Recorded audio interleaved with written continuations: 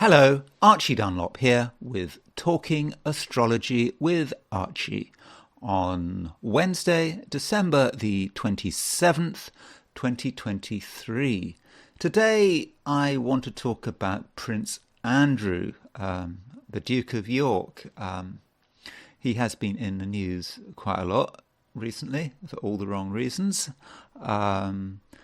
regarding his association with Jeffrey Epstein, and things don't seem to be getting any better for him. So I wanted to look at his chart. I also wanted to sort of ponder this question about his teddy bears. So there was this story that apparently he has 72 teddy bears. Well, he had 72 teddy bears, I think, 20 years ago or something.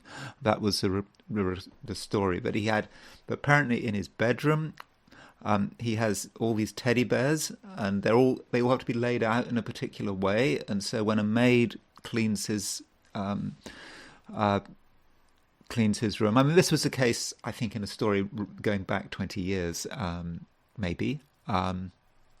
But was fairly recently reported that a maid after cleaning his room and whatever has to make sure all the teddy bears are put back in exactly the same place. You know, they can't be out of place. And there was even a card showing where the teddy bears had to be placed. And if Prince Andrew finds any of his teddy bears in the wrong place, apparently he gets really, really angry. That kind of reminds us of, I don't know if you've seen that film Misery with the penguin. You know, I don't know if you've seen the film Misery. There's a penguin slightly out of place, and anyway, if you've seen that film, you'll know about that. So that's what I want to talk about, and I want to consider what in a horoscope can make someone so obsessed about teddy bears. Of course, there is something rather sinister about that number 72. I mean, I'll go into that. That's a rather a scary number, 72. But I'll talk about that later. Anyway, before I talk about Prince Andrew, I want to talk about the astrology and the I Ching for today, which is Wednesday, December the 27th, 2023. So let's go. There is Prince Andrew. Looks like a fairly recent picture. So what's the main thing going on today? Well, Moon is still in Cancer. We still have a chart where there are no planets in air signs. There you can see nothing except the South Node. That's a part of fortune, but that shouldn't even be in there. But anyway, this is a chart for noon, New York, today, December the 27th.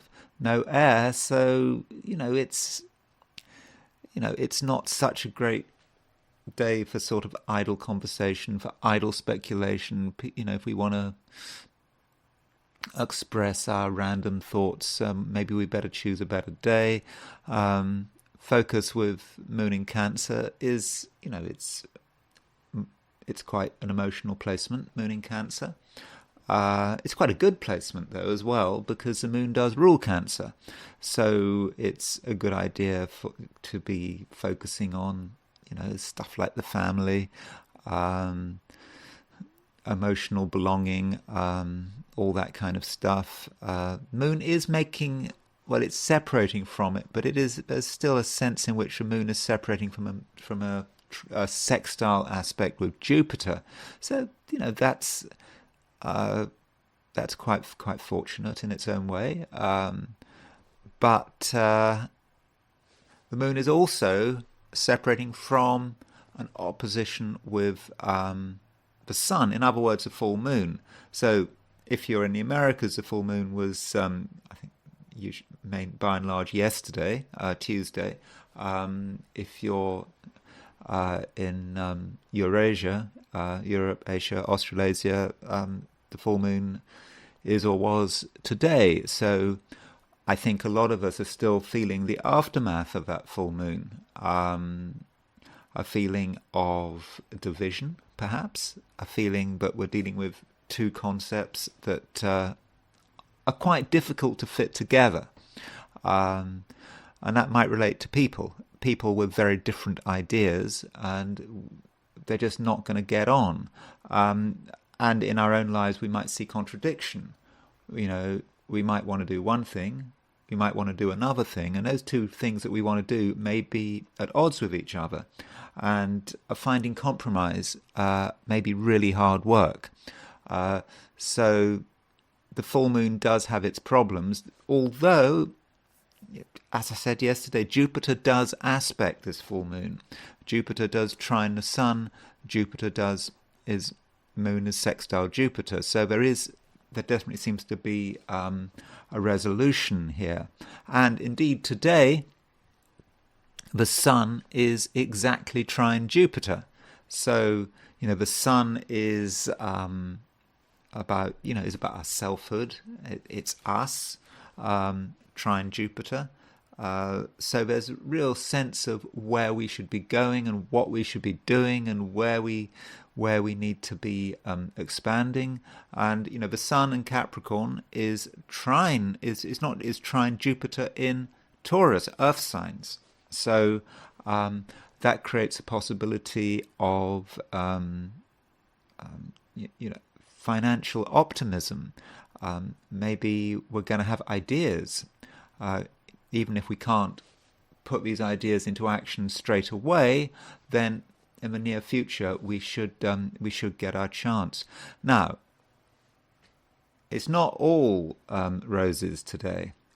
There are a couple of problem aspects, and when I looked at the week ahead, I mentioned this. We're getting what I think is a rather nasty connection between Mercury, Mars, and Neptune. As you can see, Mercury is exactly square Neptune. It's now moving away from Neptune. Mars is moving towards a square with Neptune. I think it's tomorrow, Thursday, Mars makes the exact square to Neptune. And this evening in the Americas, tomorrow in outside the America, in Eurasia, and Australia, New Zealand, Mercury is making a conjunction to Mars in Sagittarius. So we're feeling this conjunction wherever we are, whether we're in whatever side of the Atlantic or the Pacific we're on. Mercury is making a conjunction to Mars. So when Mercury makes a conjunction to Mars, particularly in Sagittarius, there is a danger of people using verbal aggression, people responding very quickly, to things, and using perhaps quite unpleasant language, especially as the Mercury conjunct Mars is in Sagittarius, using colourful language, but really uses verbal aggression, and we really should watch out for that. And with Mercury square Neptune, there's a danger that we really misunderstand what's going on. Perhaps we will get annoyed for the wrong reasons, or we will jump to conclusions. We will look at the surface appearances and we will make assumptions. We will make assumptions perhaps about people's motivations. We will criticize people for the wrong reasons. So we've got to watch out for that. And we've also got to watch out not just for that tendency in ourselves, but for that tendency in other people. If you see people shouting and, it may be for no reason. We might find ourselves to be at the receiving end of unfair criticism. So it's important that you deal with this in a sort of a level-headed kind of way. Now, with no planets in air and Mercury not in a very good position, it's perhaps not the kind of situation where you can really argue out of it. So if someone's criticizing you and it's unfair, the temptation is to explain why they're wrong. But if you explain why they're wrong, you may just be making matters worse. It may be better to just accept the situation and not escalate by trying to argue back. So overall, it could be a difficult day, simply because of the growing impact of that Mercury-Mars conjunction and the involvement with Neptune. However, I think the trine aspect between the Sun and Jupiter does provide some protection, and I think in general we should try not to talk too much. Certainly try not to argue too much. It's not about pride. So if we find ourselves in a situation leading to an argument, that it's only human to want to be right, to demonstrate how right we are, and sort of argument appears to be a good way of doing that. But I'm not convinced that today that's the right approach. I think it's a question of valor being the better part of discretion. So that's the overall picture today. So what I want to do now is I want to quickly go through the 12 signs, what I see for the 12 signs today. It is unscripted, so I'll probably go on for a bit longer than I should. But anyway, so here are my forecasts of the 12 signs for Wednesday, December the 27th, 2023.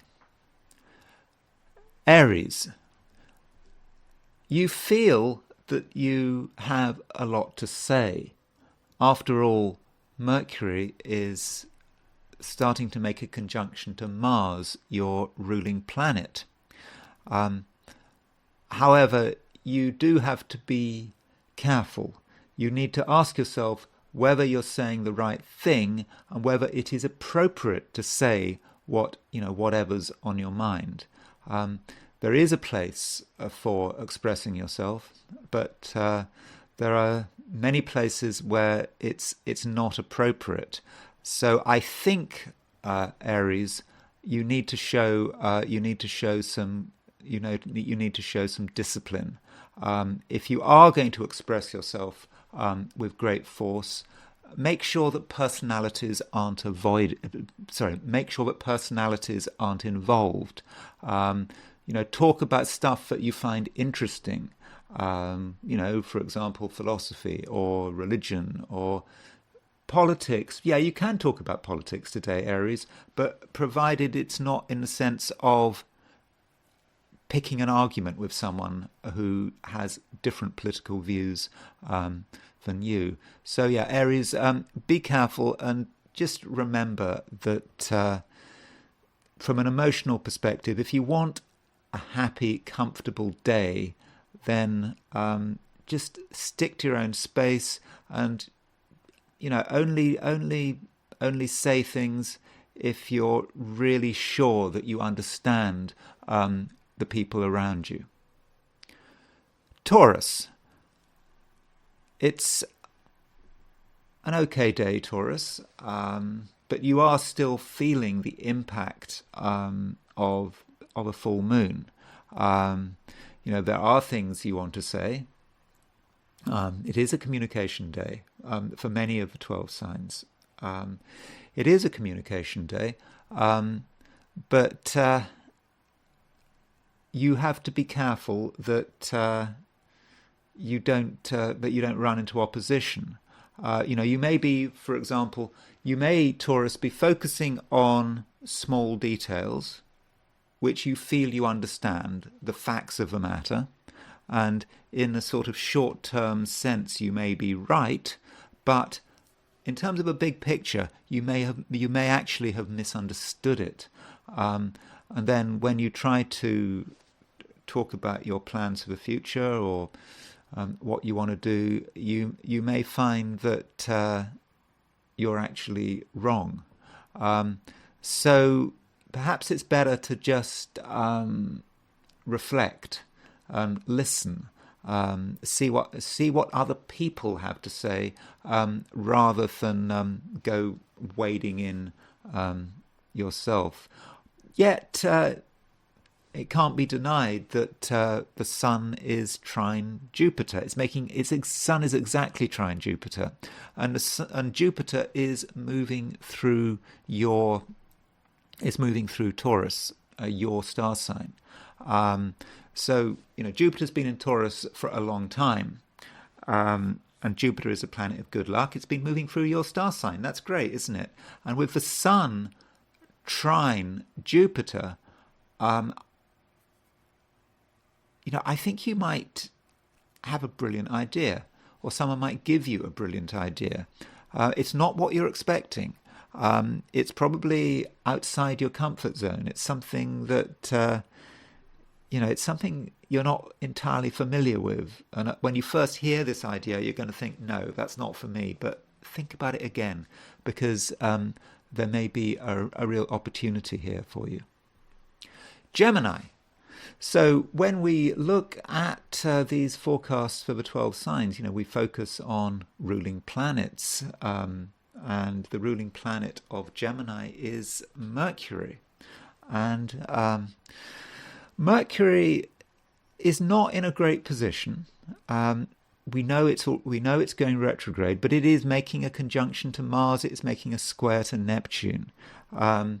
Mercury square Neptune can suggest that you are in danger of fooling yourself today. You might completely misunderstand what's going on. This might relate to your career. So if you're working today, just do what you have to do, but really don't jump to conclusions. Also, don't listen too hard to what other people say, because some of the things you hear people saying are going to be complete. It's going to be complete nonsense. At the same time, Mercury, your ruler, is moving to a conjunction of Mars. So for some Geminis are going to just feel angry for no particular reason, maybe. Not just today, but moving into tomorrow, just feeling angry. Feeling a bit frustrated, and there's a temptation there to argue, to use maybe bad words, maybe even to swear. So you've got to be a bit more relaxed here.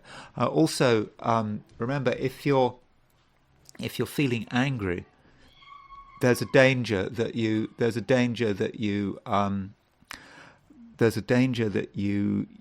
this anger gets transferred into your physical environment and your relationship with your physical environment. And so there is a possibility that if you're not careful, that you have some minor accident. If you're not careful, so particularly when you're feeling angry. So when you're angry, you're at risk. So the moment you're feeling angry with the world, with yourself, other people, whatever, just sit down, let the anger pass. Cancer. The moon continues to move through your star sign. You're still feeling the full moon. So be aware of that, and be very aware of your own moods. At the best of times, Cancer can be quite a moody sign. Moods can swing one way or another very, very quickly. And be aware that your moods it could have an impact on the people around you. So it's not just your moods that matter. It's okay, you might feel that your emotions are really important, and you need to know, your emotions need to be given enormous respect. But it's when you start to inflict your moods on other people or on your outside environment that there could be problems. So Cancer, I think you do need to have sensitivity to the people around you, and not to be completely obsessed with yourself. Having said that, there is going to be a fair amount of good fortune today. I think particularly at the beginning of the day. because the moon is making a sextile aspect to Jupiter. So if you're able to have a positive approach, particularly when dealing with other people in your social life, something might happen that is really quite fortunate. So try to make the most of that. Leo, the Sun, your ruler, is making an exact trine aspect to Jupiter, and I've talked about this already. This Sun-Jupiter trine has been building up over the last couple of days, and now it's exact. And I think it can be very lucky for you. And this luck may be a little bit unexpected. You're lucky when you're doing stuff that is quite routine and boring. So if you're doing stuff that you have to do, that might feel itself to be a bit of a chore, you might want to stop doing it because it's boring. Why do you want to do that kind of stuff over Christmas? But if you keep ploughing on with it, you might find something really amazing there. So be persistent and see what happens. Virgo. Virgo, it could be a difficult day. Reason being, it's to do with Mercury. Mercury rules Virgo, and Virgo has a reputation for being quite critical, for being quite picky, and Mercury is the way you communicate. Mercury is square Neptune and conjunct Mars. So you might say things that really upset people. There is a real possibility that could happen. So really don't criticize people. I think I said this to you yesterday. Just don't criticize people unless it's really important. That does matter. But I'm not saying that from a social perspective, today needs to be a disaster, because the sun is making a trine aspect to Jupiter. Now, in the Virgo chart, Jupiter has a special connection with relationships. That's because your opposite sign is Pisces. Jupiter rules Pisces, and the sun is exactly trine Jupiter. So if you can relax, particularly when you're doing something you enjoy, when you're having fun, and you can forget all your sort of minor quibbles about the way the world is organized, you can actually be a good person to have around. And once you're relaxed, once you're enjoying yourself, then there's a real chance that relationships can prosper. But it's just important to be open-minded and to focus when you're dealing with people on a real person, not surface details. Libra. I think many Librans will continue to be concerned with their career and their direction in life. I think you're going to see this as something that does need attention, even though it is Christmas or just after Christmas.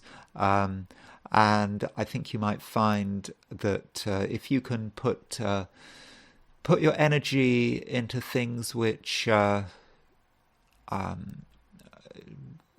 which require some depth of thought and feeling, relating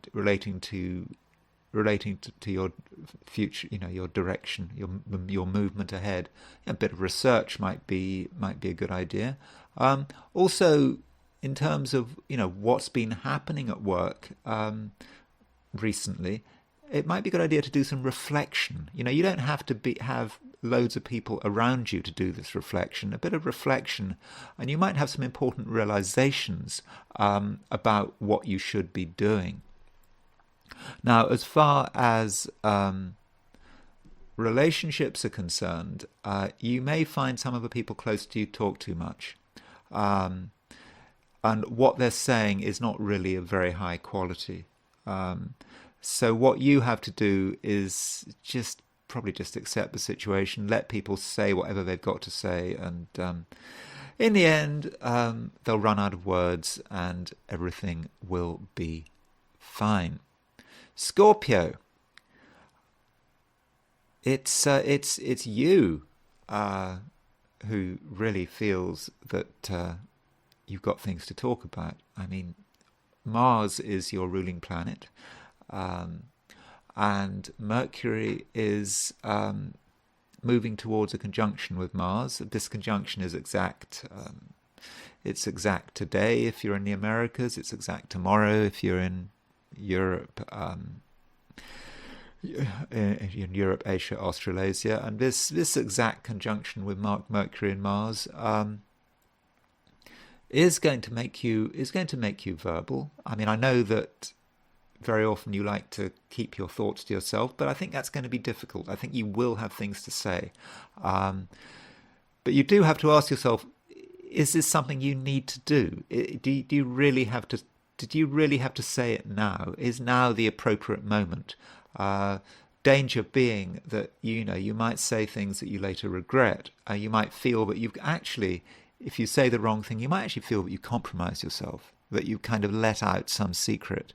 So I would perhaps advise you to sort of keep your peace, particularly when it comes to talking about money. You may feel that there's some financial issue that is really urgent, needs to be dealt with now. You need to talk about it. I would guess answer is no. I think you can wait a few days before telling people what's on your mind. Sagittarius. Sagittarius, I think it can be a good day, provided you behave in the correct way.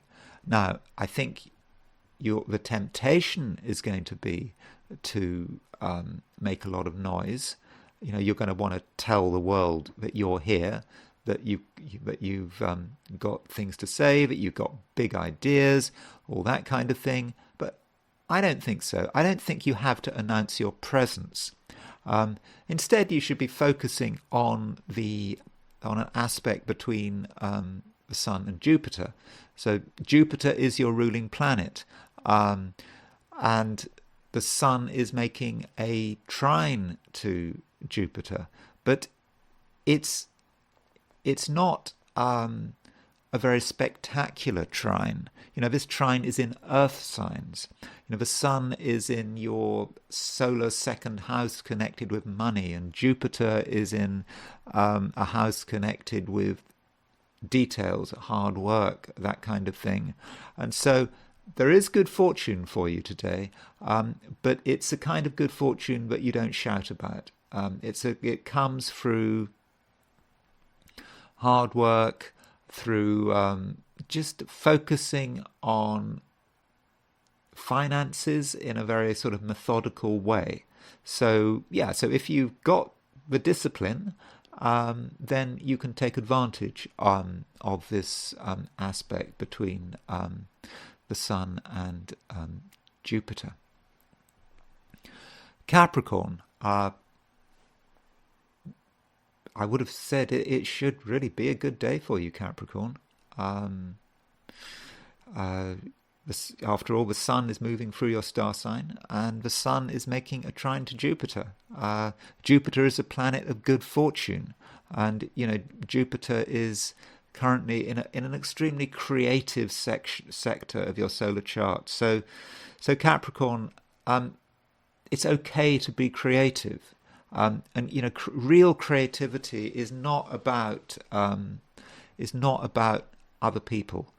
Yes, I understand that there is a temptation to listen to what other people are saying.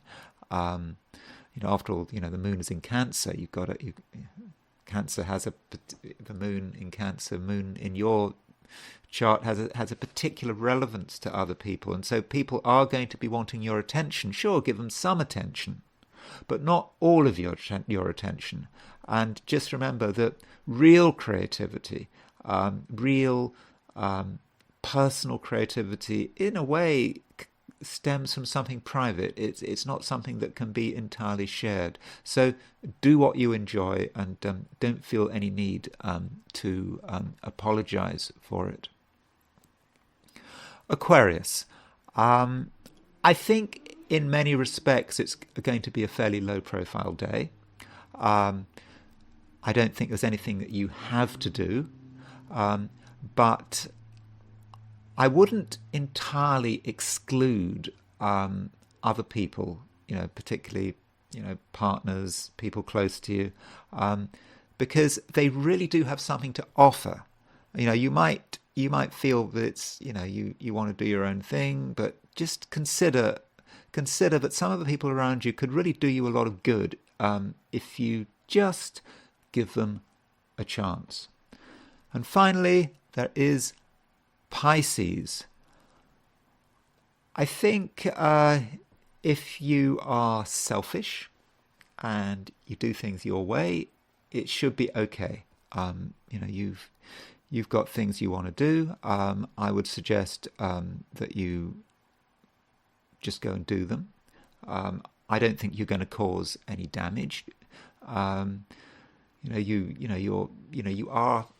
You're a very imaginative person, Pisces. So Pisces, if you're of an artistic nature, do something artistic. And you don't have to be a professional artist. Whatever it is you want to do, whatever you want to do to make your world more beautiful in your own way, that's fine. And I think you can do a great job, and it's a satisfying job. It's not really the end result that matters, it's actually the artistic process. But do watch out for other people, because some people are going to be really annoying. They're going to try to distract you. You may get phone calls that just throw you off balance. So, don't feel tied to your phone. If someone calls you, don't feel that you have to spend 2 hours talking to them. You don't. Just because what you should be really focusing on is on how you can make your environment more beautiful, and how you can make your environment more comfortable, because you are an artistic soul, and I think that is something today which has to be nurtured. Okay, so that's today from a perspective of astrology. And so what I want to do now is look at the I Ching. So as always, I ask the question, what is Wednesday going to be like for those watching this video? And the first hexagram I got was dispersion. Dispersion, is about rain, water. It can be about flooding. It's about everything being swept away. I mean, we've had this quite recently. I often associate dispersion with power washing. So maybe Christmas is over, and it's now time to clear everything away. We've got the new year coming, and you want to start preparing for 2024. So we want to clear the decks. So in a way, that's quite positive, but I don't think that is necessarily how we're going to experience it. I think many of us are going to feel that chaos is in the air. We're going to be nervous about 2024. We're going to wonder what dramatic events 2024 is going to bring. Are we properly prepared? Can we deal with this kind of chaos? And so there is going to be a sense of worry there.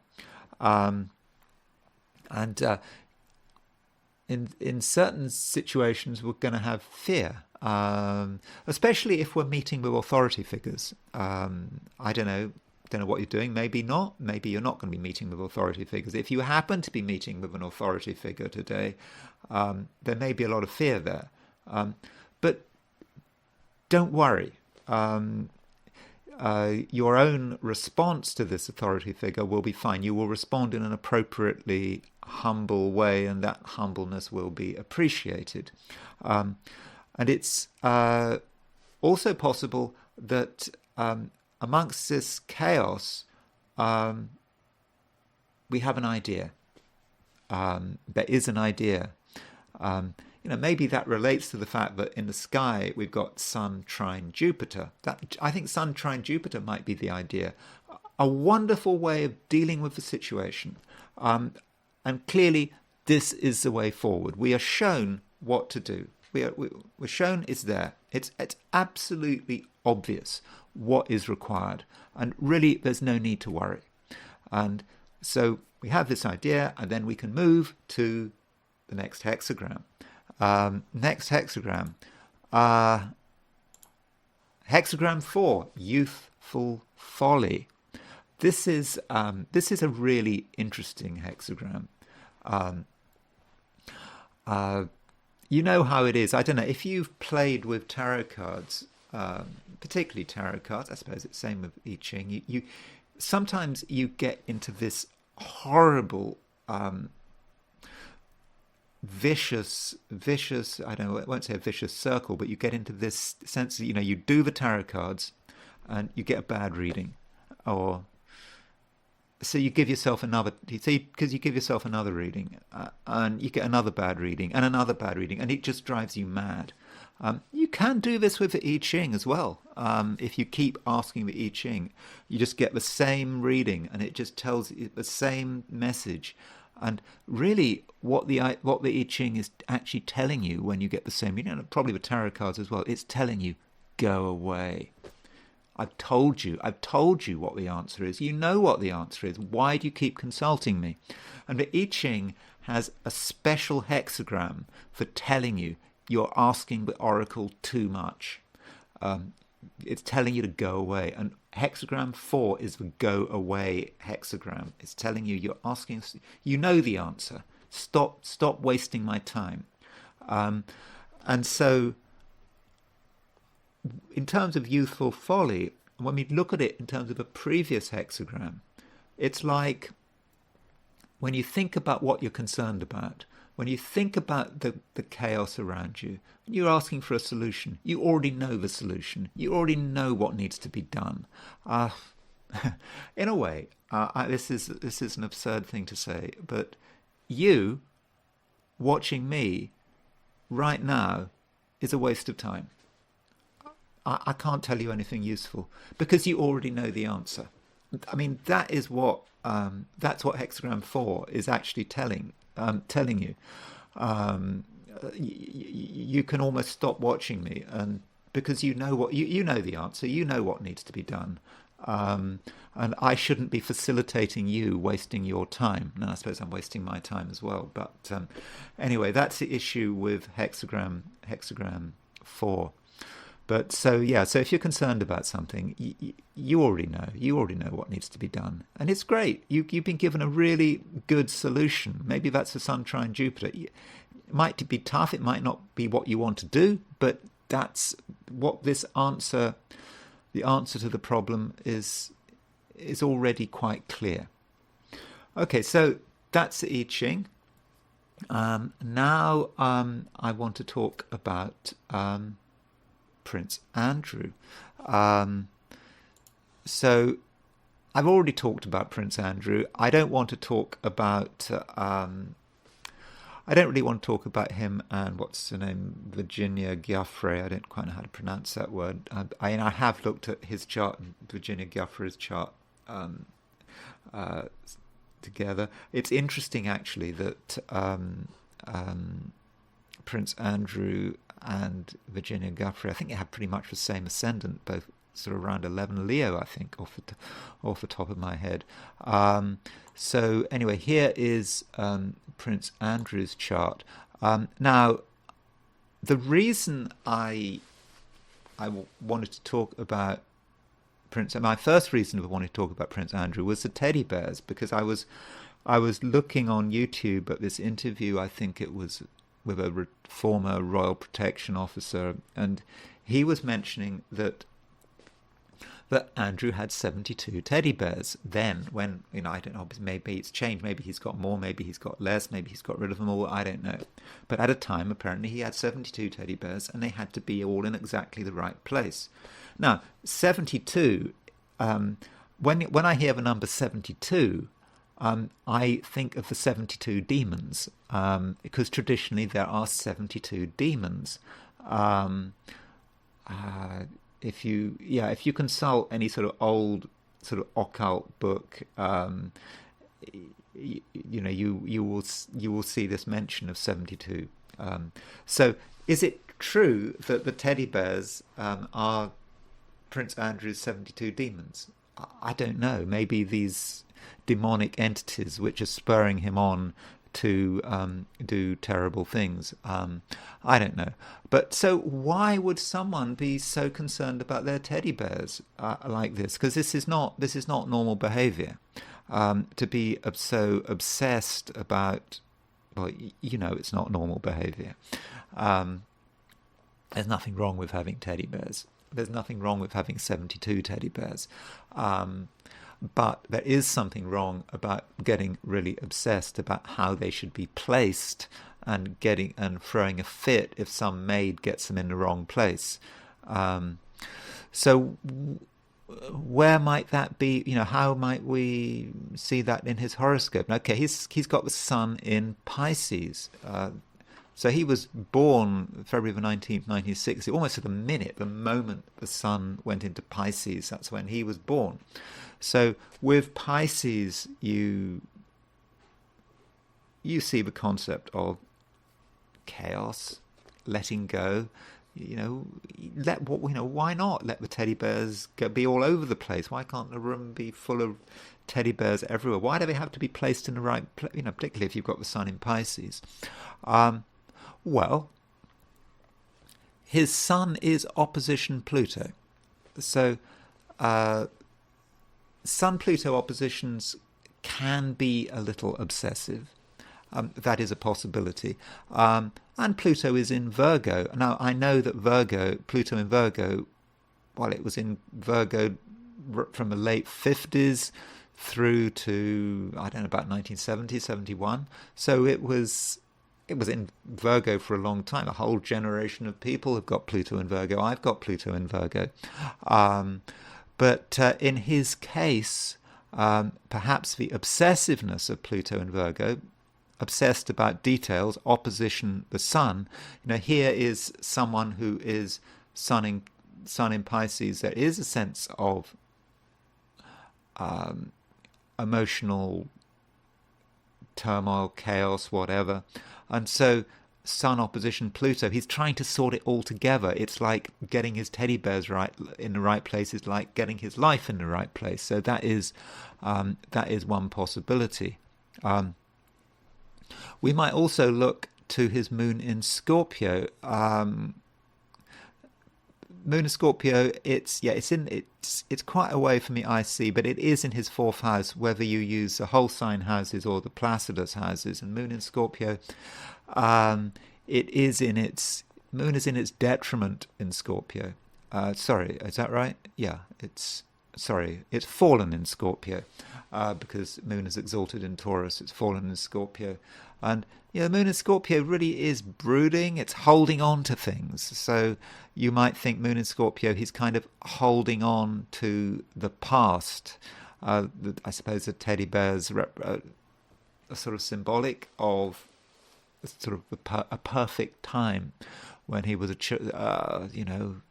small child, his mother's favourite child, apparently his mother's favourite, and so the teddy bears are sort of maintaining this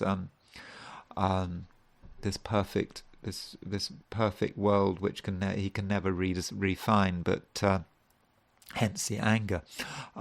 One other thing, when we are looking at order, we do look at the sixth house.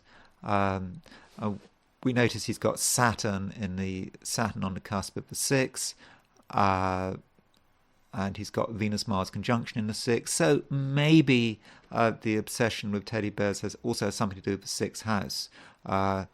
sixth house wants order. Saturn wants order, wants things to be in the right place. Um, and I think there is a connection between the sixth house and servants. Certainly in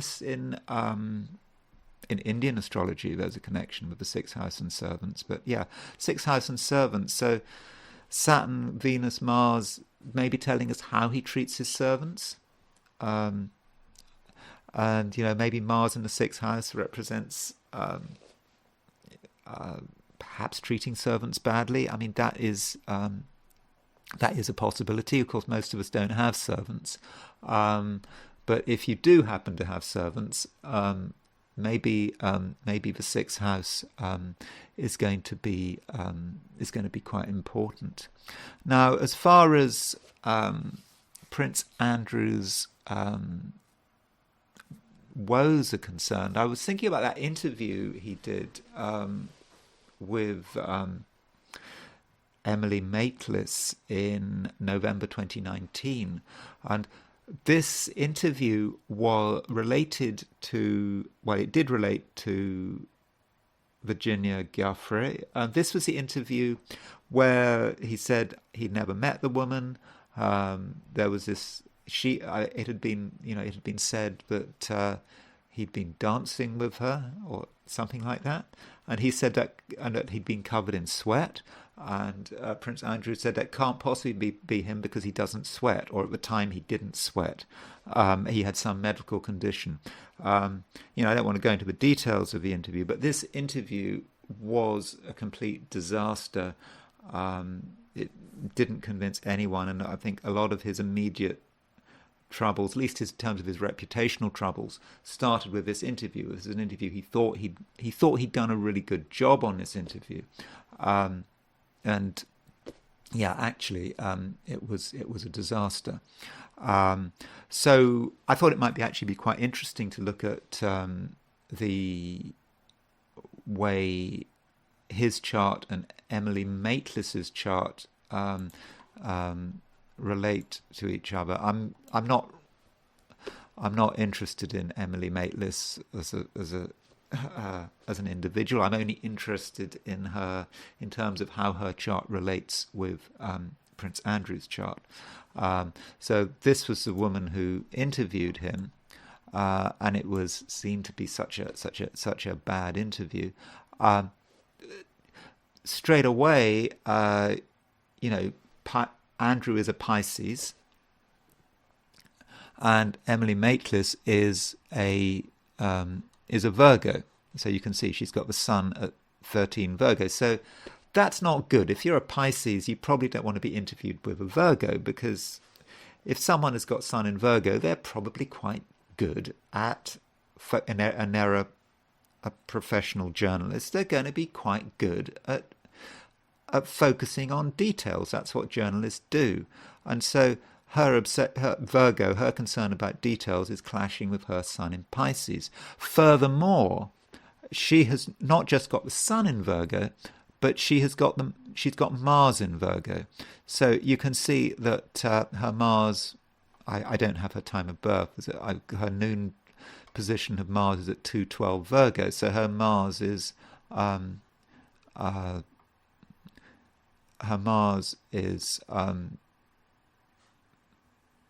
opposition Andrew's sun. So this is a woman that could cause him trouble. So in terms of who he was interviewed by, he probably should not have chosen her.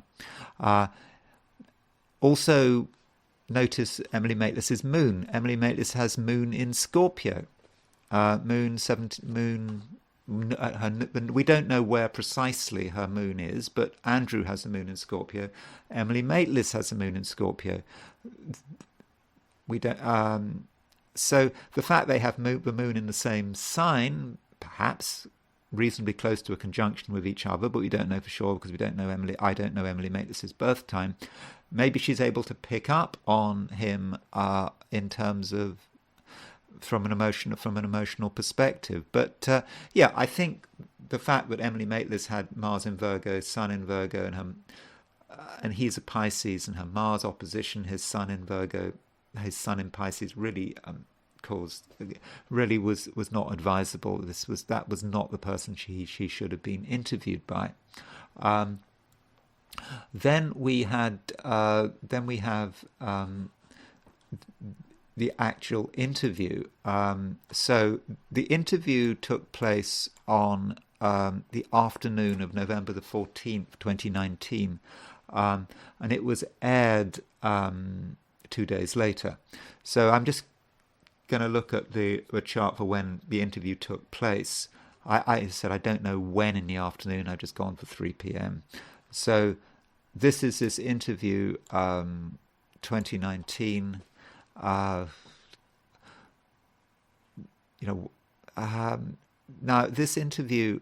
So on the outer wheel, we've got the chart of Prince, the actual interview. And then the inner wheel is how it hit Prince Andrew. And now in a wider sense, Saturn is at 1628, and Andrew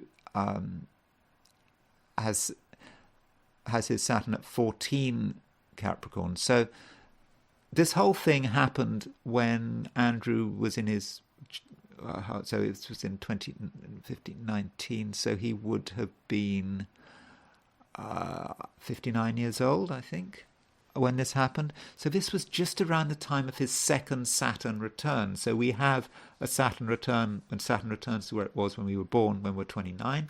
And then we have another one 29 years later, in our late 50s. And so this was going on during his Saturn return. This is where everything comes home to roost.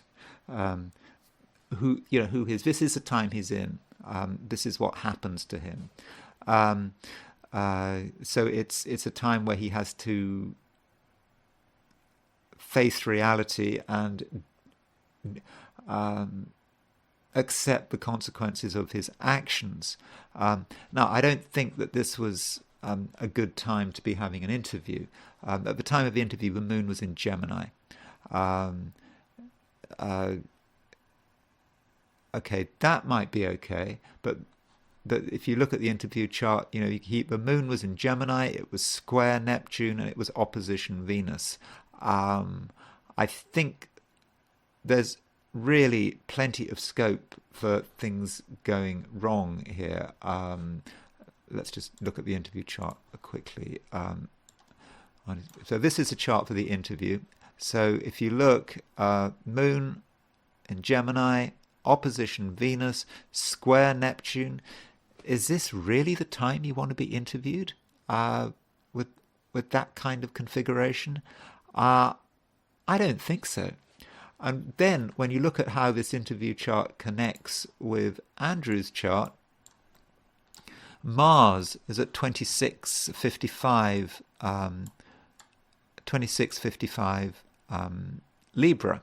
So you can see that Mars is moving to a square with his own natal Mars, pretty exact, less than half a degree away. So Mars square Mars, there's absolute scope for him getting annoyed. Now, there was a delayed reaction. Now, apparently after the interview, he thought he'd done a brilliant job, but then when it aired a couple of days later, it became clear it was not a brilliant job. So over the next couple of days, Mars moved from a square to hit square to Mars to a square to his Venus. So his Venus-Mars conjunction very much connected. Venus-Mars conjunctions are very much connected with sexuality, and so that's what was happening. And I think, and of course, this interview was really talking about his sexuality, talking about what he did or didn't do with Virginia Guthrie. And so it was that kind of interview. And that was the interview when he had Mars square his Venus-Mars conjunction. So I think looking at the interview chart and how it relates to Prince Andrew, I think we can see how difficult it was. Now, as far as what's going on with Prince Andrew's life at the moment.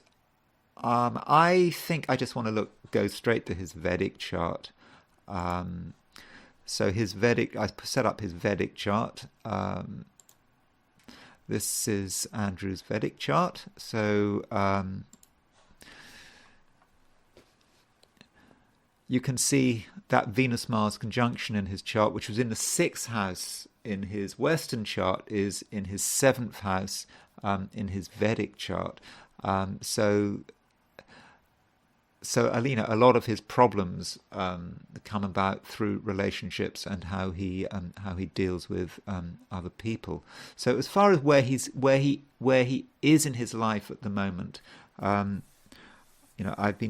I talked about Vedic charts yesterday. Looked at Obama's Vedic chart, and if you were looking at that video, I mentioned the fact that life is divided up into 9 discrete phases, and together they last 120 years. In 2004, he started his Venus Dasha. There is his Venus. His Venus is at Venus is in Capricorn. It's conjunct Mars. So his Venus is not actually in a great position. And this is what he's in. He's in this Venus Dasha lasting 20 years. And so we can see that this Dasha is coming to an end. And he is in the last part of the last sub-period of his Dasha started in May. And then he moves into his Sun Dasha in July of 2024. Now, very often the last sub-period of a Dasha, and his last sub-period started in May 2023, can be quite difficult. It can be a time when one is starting to move towards the next Dasha. So what is Ketu about? So he's got Ketu here in the 12th house, in the 9th house. But the point is, I think that Ketu, Rahu and Ketu represent a dragon in Indian mythology, a dragon that wanted immortality, and it stole the elixir of immortality from the gods. And the gods were angry, and the dragon got cut in half. So there was the head of the dragon and the tail of the dragon. But because it had drunk the potion of immortality, it couldn't die.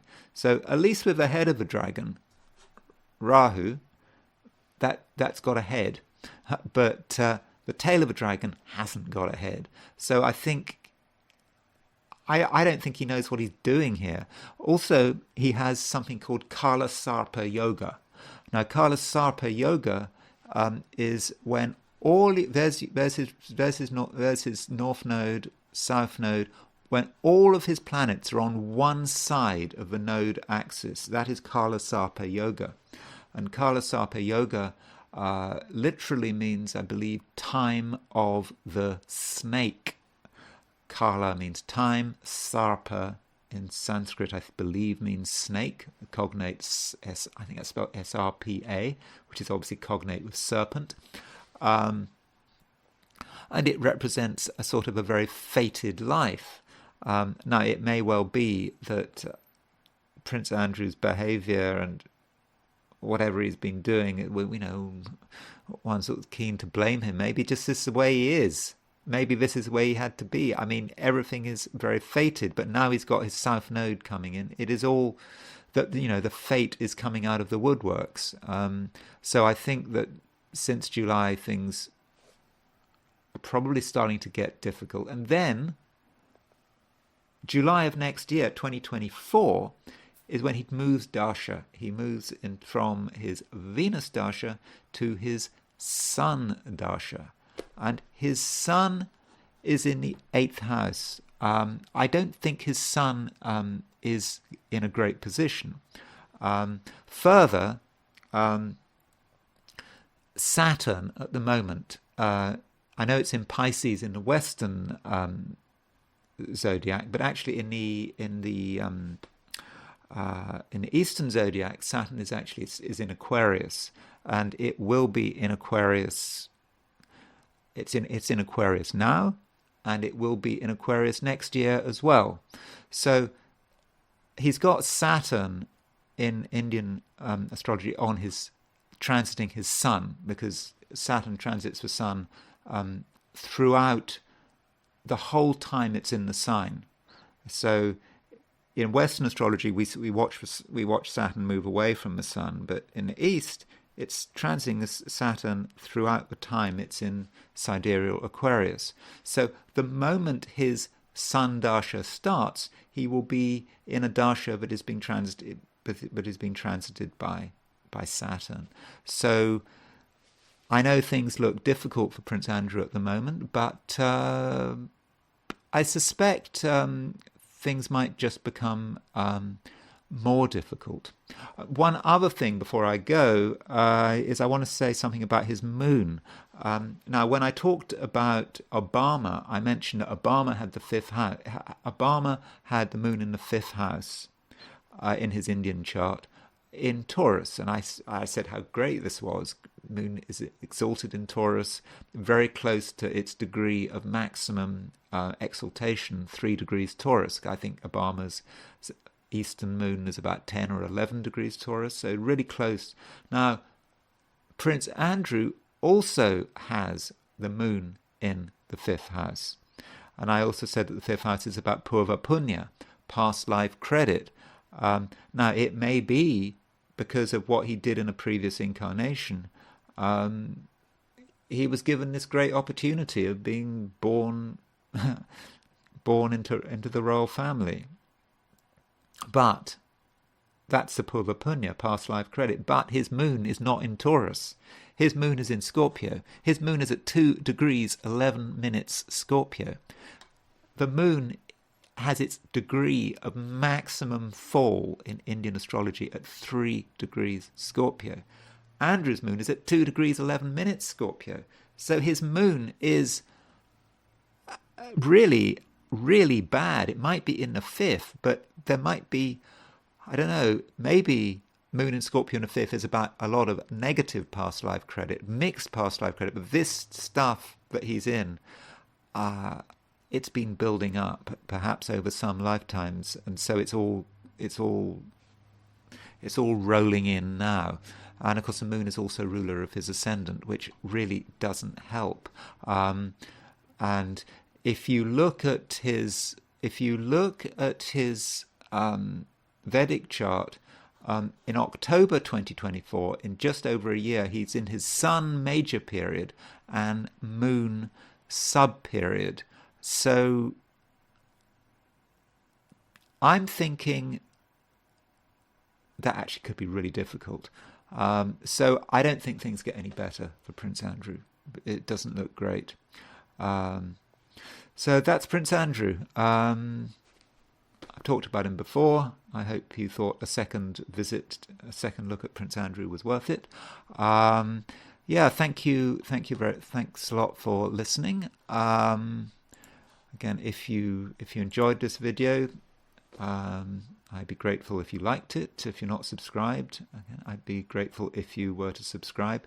And if you want to buy me a coffee, there is a link in the description. Thanks again for listening, and I will talk to you again tomorrow.